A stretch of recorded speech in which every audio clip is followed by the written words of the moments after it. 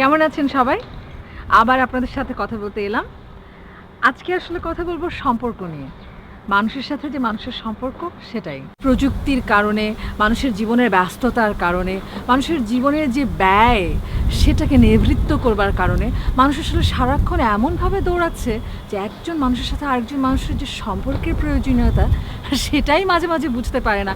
সেখানে নতুন সম্পর্ক তৈরি বা নতুন সম্পর্কের প্রতি মনোযোগ সেটা তো আসলে বেশ একটা এফোর্টের বিষয় যেটাকে বলা যায়।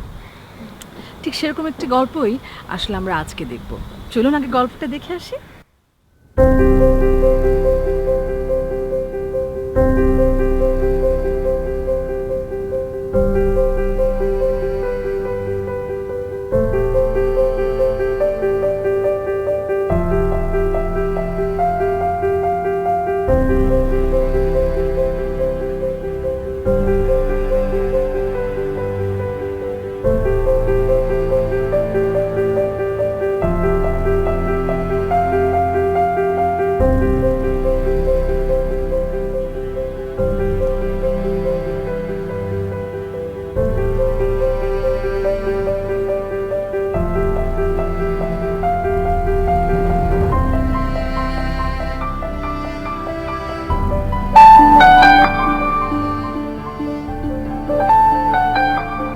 হ্যালো বন্ধু বল। দোস্ত ছাদে কখন আসবি রে? না রে, হাতে কিছু কাজ জমে আছে। কি শুধু কাজ কাজ তোর এত? এক সপ্তাহ ধরে তোর কোনো খবর নাই, তোর আগে পিছে তো কেউ নাই, এত টাকা কামায় কি করবি? কি করব বল, কিছু তো করতে হবে তাই না? আর আউটসোর্সিং একটা খুব স্বাধীন কাজ, এটা আমি করে এনজয় করছি। বুঝছি মামা, তোর সাথে আর কথা বলে আর লাভ নেই, তুই তোর ল্যাপটপ গার্লফ্রেন্ড নিয়েই থাক। আচ্ছা শোন, হ্যালো।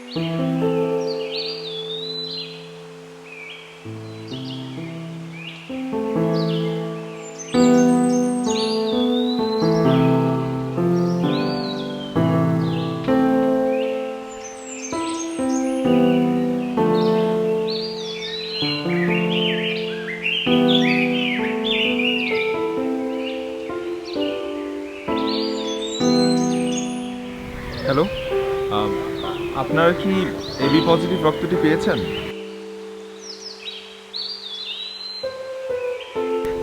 আমার এবি পজিটিভ, কিন্তু আমি তো কখনো ব্লাড দেইনি। আচ্ছা, আমি বুঝতে পারছি আপনার বিষয়টা। আপনি এক কাজ করুন, আপনি হসপিটালের অ্যাড্রেসটা দিন, আমি চলে আসছি।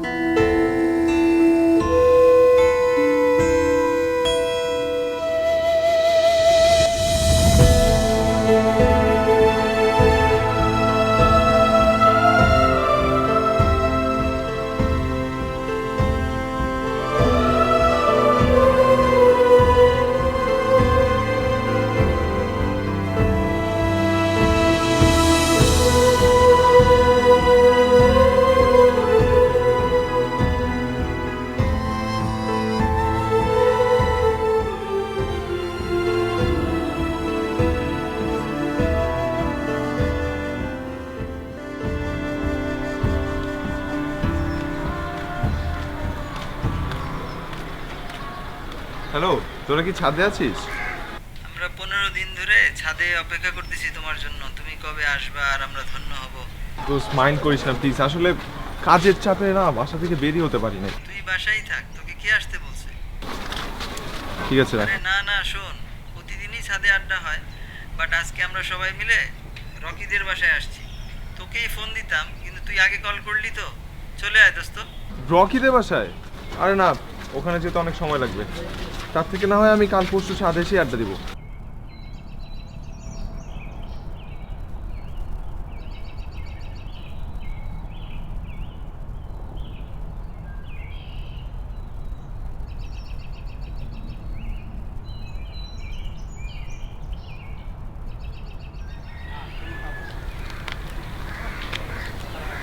আচ্ছা ভাইয়া, তুমি যে মাছগুলোকে খাবার দাও ওরা কি খায়? জি, আমাকে বলছেন? তো আশেপাশে তাকিয়ে দেখো তো এখানে তুমি ছাড়া আর কেউ আছে কিনা। কিন্তু আমি তো আপনাকে চিনতে পারলাম না। প্রথমত আমি শিলা, আর আমি তোমাকে কি বলে ডাকছি? ভাইয়া। সো আমি তোমার ছোট বোন। আর দ্বিতীয়ত আমি তোমাকে তুমি করে বলছি, তাই তুমিও আমাকে তুমি করেই বলবে। তা তো বুঝলাম, কিন্তু ওসব কিন্তু কিন্তু রবিবার দেখা যাবে। হ্যাঁ হ্যাঁ, রবিবার আমাদের বাসায়। তোমাকে খুঁজে পেতে আমার অনেক কষ্ট হয়ে গেছে। তোমাকে কিন্তু আসতেই হবে, মা তোমার জন্য অপেক্ষা করে থাকবে। আমি কিন্তু তোমাকে দাওয়াত দিতেই এসেছি। দাওয়াত? বাসায়? কি বলছেন এগুলা? আমি হ্যাঁ, আমাদের বাসায়, ওই যে 4 নম্বর বিল্ডিং এর 3 তলায়। তোমাকে কিন্তু আসতেই হবে, একদম দেরি করবে না।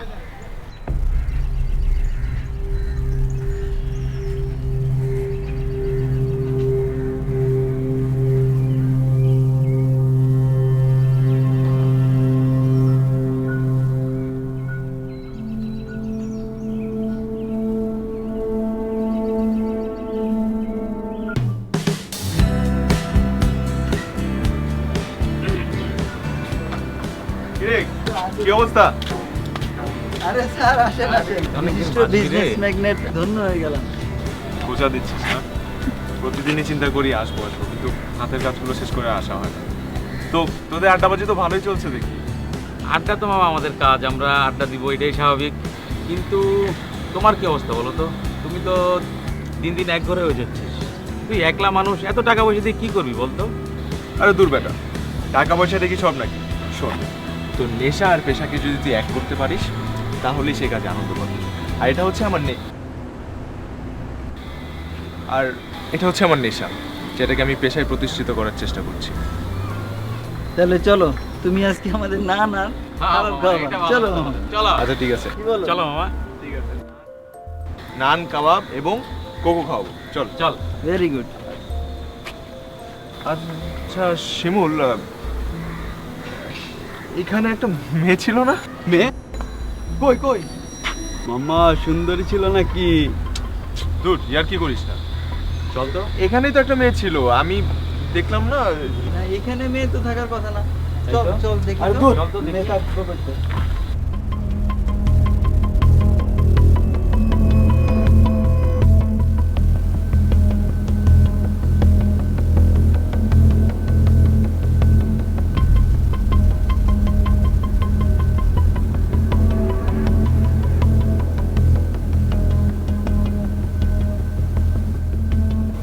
মেয়েটা কে? কোথাও দেখেছি বলে তো মনে পড়ছে না। এমন ভাবে ভাইয়া বলে ডাকলো, মনে হলো যে আমি যেন ওর সত্যিই ভাই। একবার যেয়ে তো দেখি, আবার কোনো ট্র্যাপে না পড়ি। শিমুলকে একবার বলে দেখি, ও যদি সাথে যায়।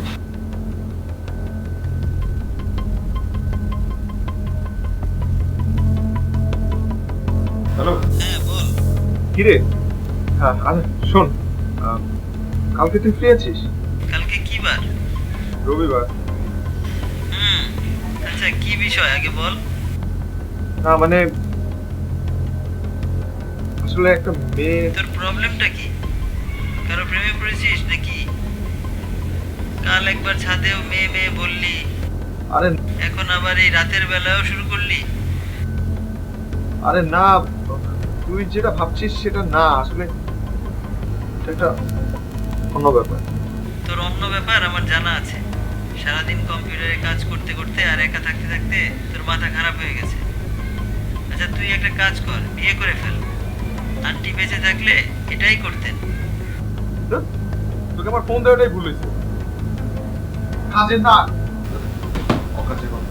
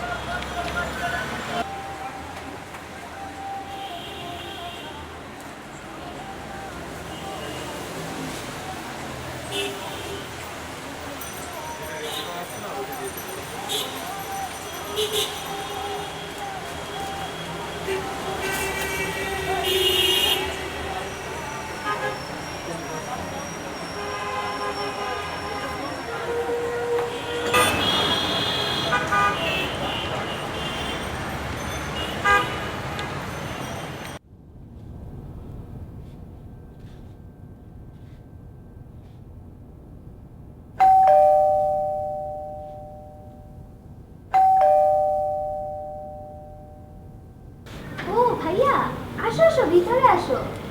মা কতক্ষণ ধরে তোমার জন্য ওয়েট করছে। আসো মা।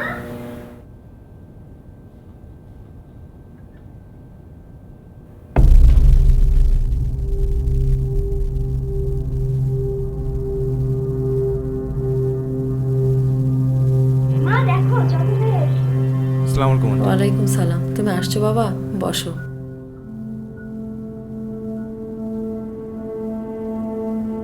রিয়া আমাকে বলেছিল যে তুমি আসবে, তোমার অপেক্ষায় আমি বসে আছি। হ্যাঁ আন্টি, কিন্তু আমি তো কাউকেই চিনতে পারছি না।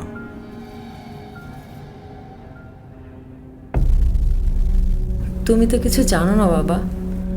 হ্যাঁ, আমি কিছু জানি না এবং আমি কিছু বুঝতেও পারছি না।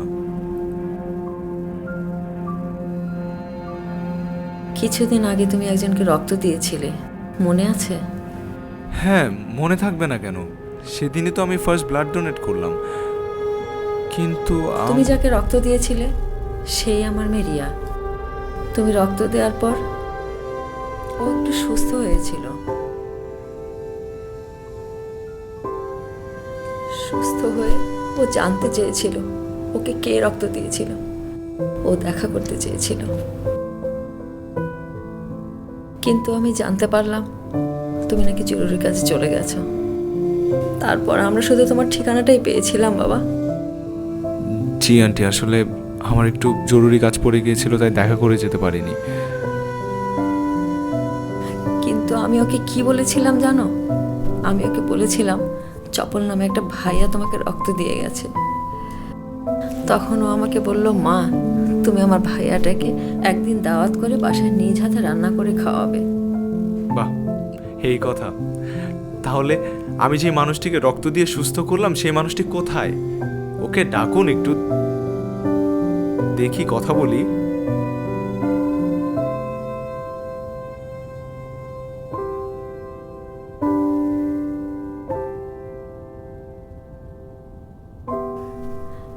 এই যে এটাই আমার মেয়ে রিয়া।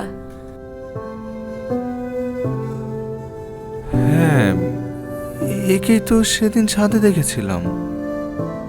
ওকেই তো আমি সেদিন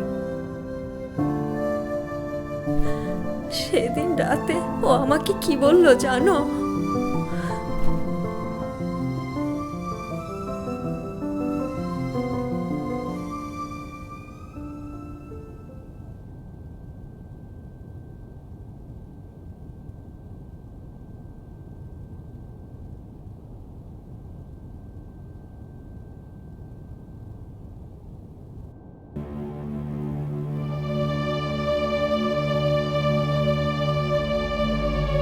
মা মা কাল আমার চপল ভাইয়া বাসায় আসবে, তুমি ওকে নিজের ছেলের মতো খাওয়াবে। আমার তো নিজের কোনো ভাই নেই, চপলেরও তো কেউ নেই। এখন তো চপল আমার ভাই আর তোমার ছেলে।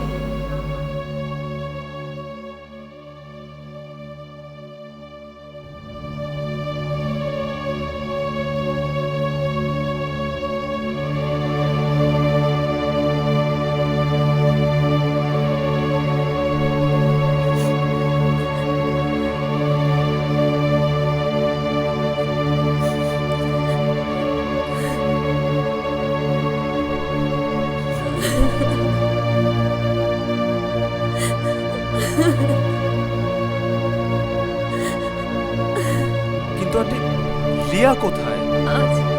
আজ রিয়ার 40।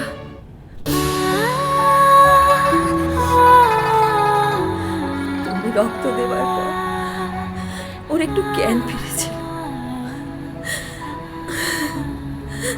তারপর মাত্র 3 দিন বেঁচেছিল।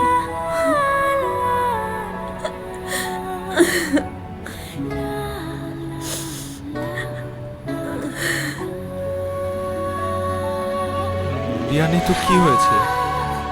আমি তো আছি মা।